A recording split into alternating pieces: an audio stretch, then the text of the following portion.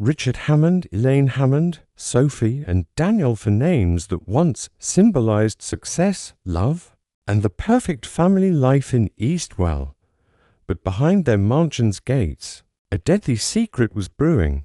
Within weeks, their names would no longer represent admiration but tragedy.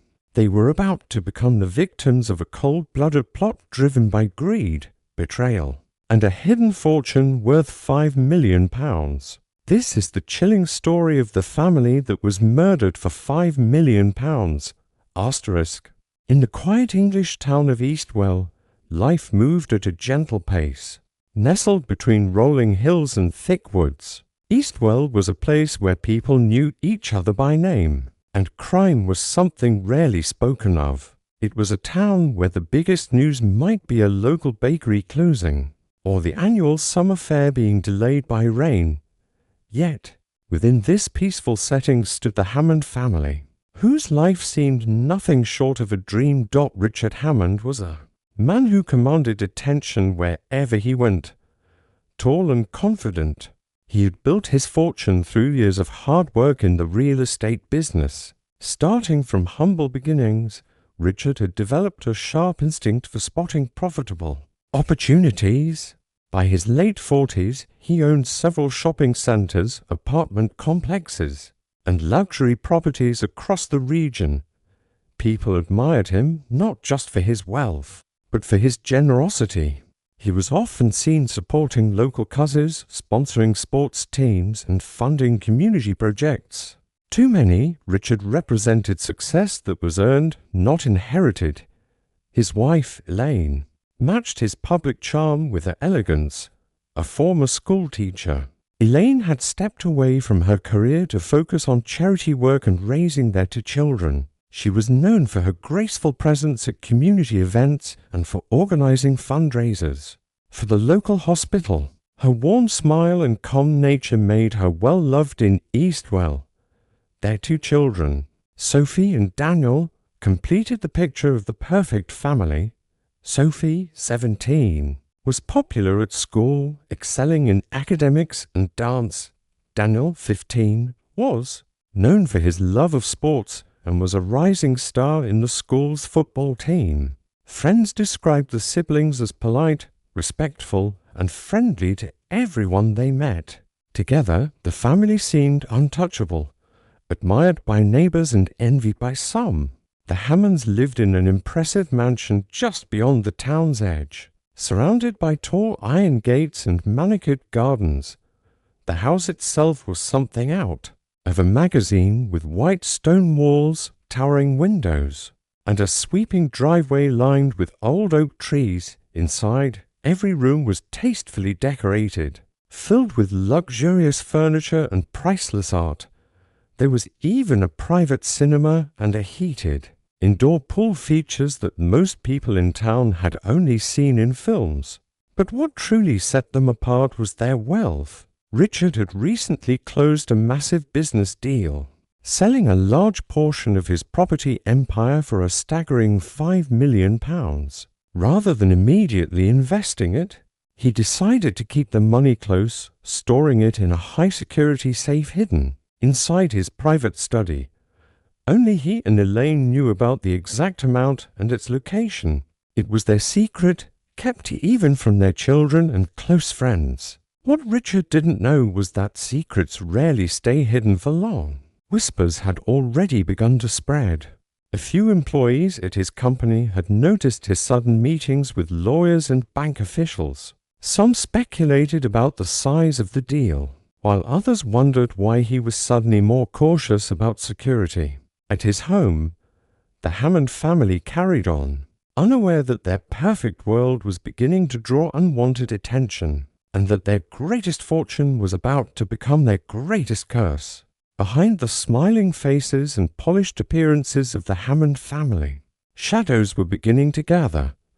Unbeknownst to them, their lives were slowly being watched by someone they trusted deeply. Paul Whitaker had been Richard Hammond's business partner for nearly a decade. Together, they had built several real estate ventures from the ground up. Paul had once been considered part of the family, often joining the Hammonds for dinners, holidays, and celebrations. He had earned their trust through years of loyalty, but beneath the surface, his feelings toward Richard had started to change, while Richard's success seemed to grow endlessly. Paul's luck had taken a dark turn. His investments had soured, and he was drowning in debt.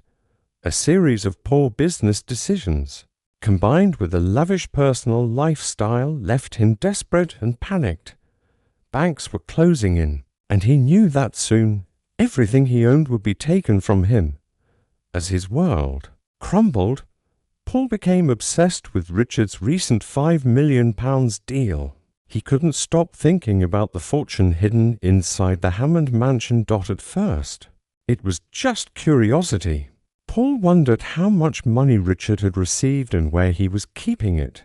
But as the days passed and his financial troubles worsened, his thoughts grew darker. He convinced himself that Richard didn't deserve all that wealth, that it was unfair for one man to have so much while others suffered.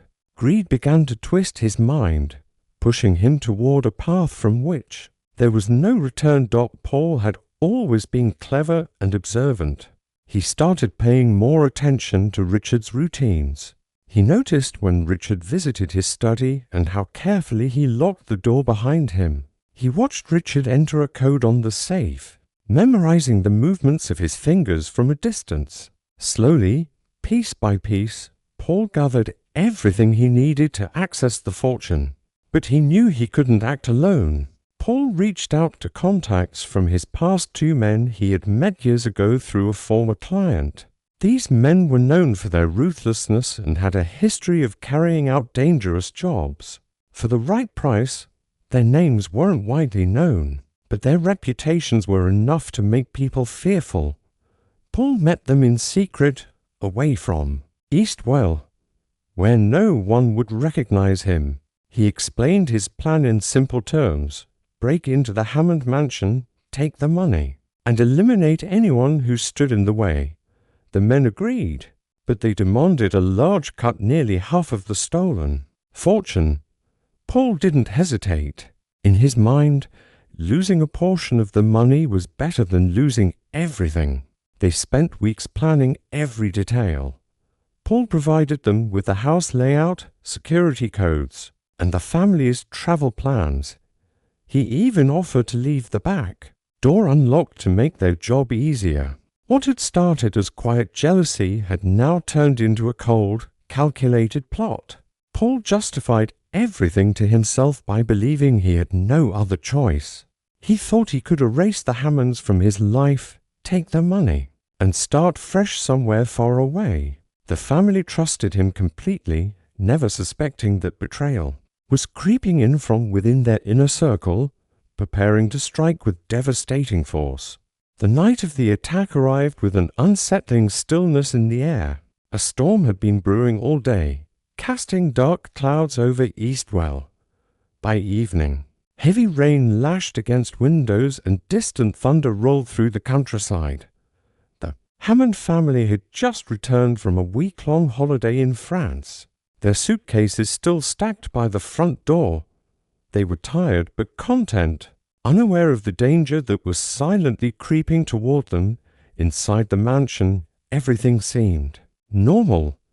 Elaine had gone upstairs to unpack, while Richard checked the security system before locking the doors for the night. The children were in their rooms, settling back into their usual routines.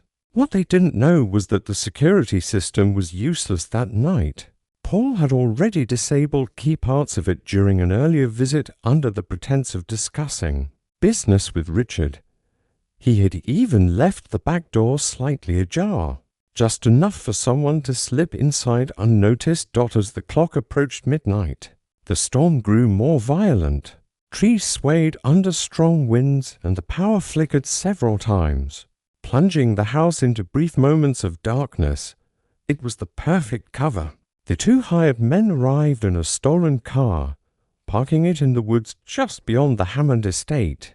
Dressed in black from head to toe, with gloves and masks, they carried only what they needed: knives, rope, and bags to carry the stolen cash. They moved swiftly and silently, slipping through the unlocked back door as the rain masked their footsteps inside. They navigated the mansion with chilling precision. Paul's detailed instructions had prepared them well. He had told them exactly which rooms the family slept in and where the safe was hidden. Their first target was Richard. They found him in his study, still going through travel documents. Without hesitation, they attacked him from behind, ensuring he couldn't make a sound. Richard barely had time to react before it was too late. Elaine heard the disturbance and rushed downstairs, only to meet the same fate. She was overpowered before she could even scream. Upstairs, Sophie and Daniel were startled by the noise. Sophie tried to call for help, but the signal was weak due to the storm.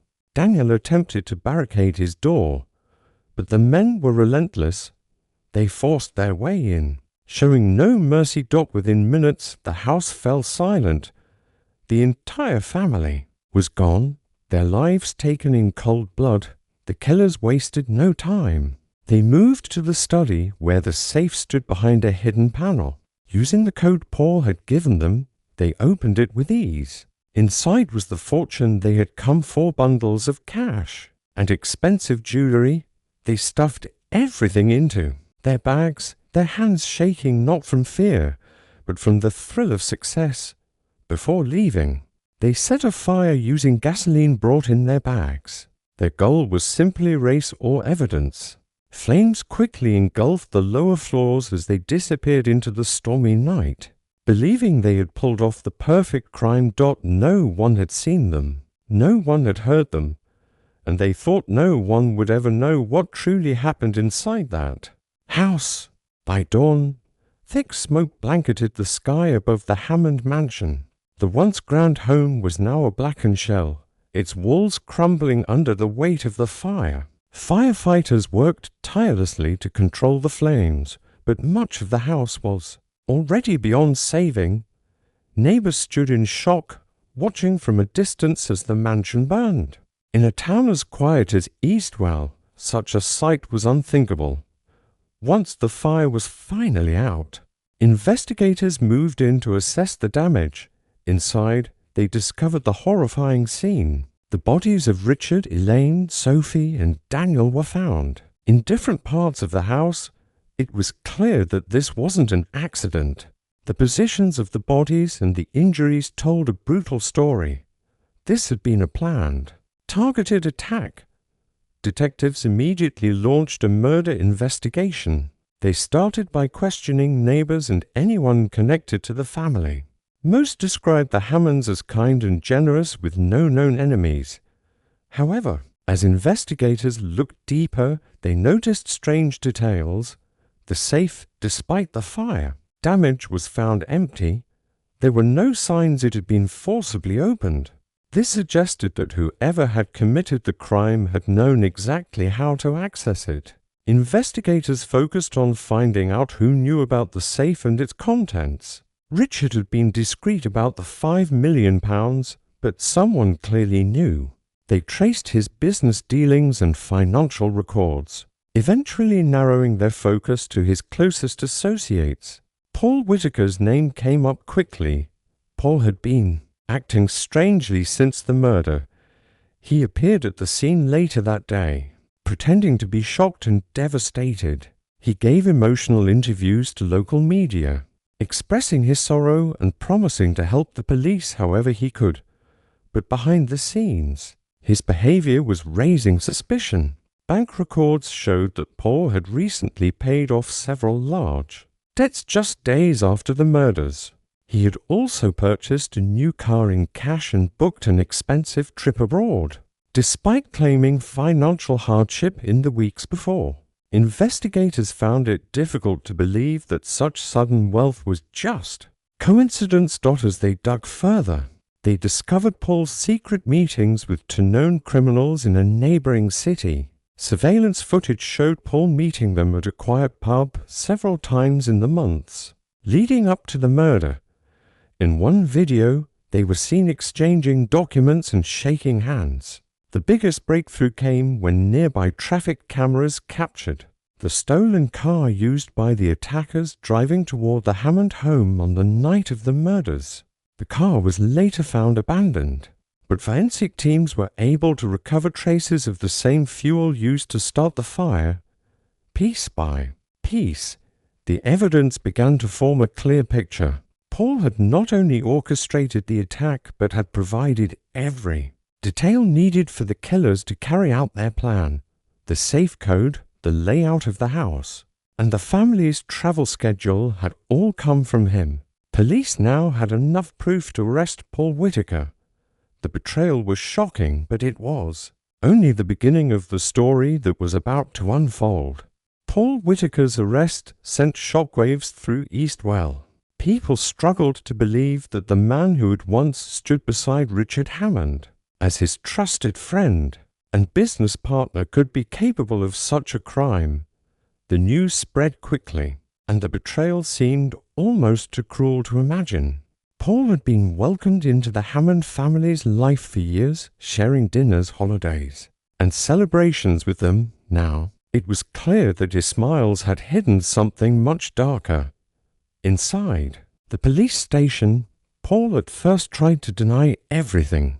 He insisted that he had nothing to do with the murders, painting himself as a victim of bad timing and unfortunate coincidences. He claimed his sudden wealth was due to a business loan and insisted that his meetings with the two criminals were unrelated.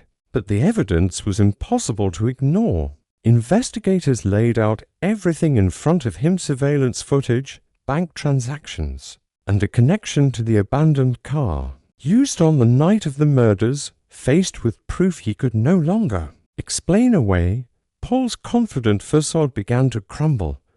In a quiet, cold interview room, he finally confessed to everything. Paul admitted that his crushing debts had driven him to desperation. He had watched Richard grow wealthier while his own business collapsed.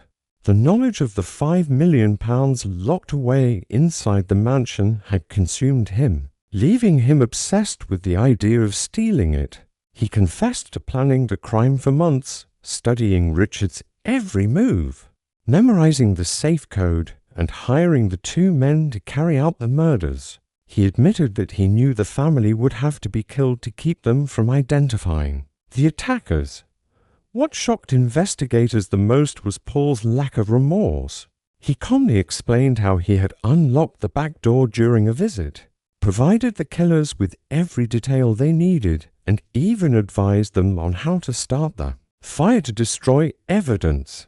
He described it all as if it had been a business deal, showing little emotion as he recounted how his plan had taken shape. The two hired men were soon arrested as well, with Paul's confession and further evidence linking them to the crime scene. Both were found guilty without delay. All three were sentenced to life in prison. Paul received multiple life sentences without the possibility of parole, ensuring he would never leave prison again, though justice had been served. The damage was irreparable. The town of Eastwell struggled to recover from the tragedy. The Hammond family had been loved by many, and their violent deaths left a scar that wouldn't heal easily. People wondered how someone so close could betray them so completely, killing not just for money, but destroying an entire family's future. The £5 million, once hidden away so carefully, was recovered by authorities, but it brought no comfort. No amount of money could replace the lost dot to this day. The burned remains of the Hammond mansion still stand, untouched and abandoned. Locals whisper about it, calling it a cursed place, a dark reminder of how greed and betrayal led to one of the most chilling murders in the town's history.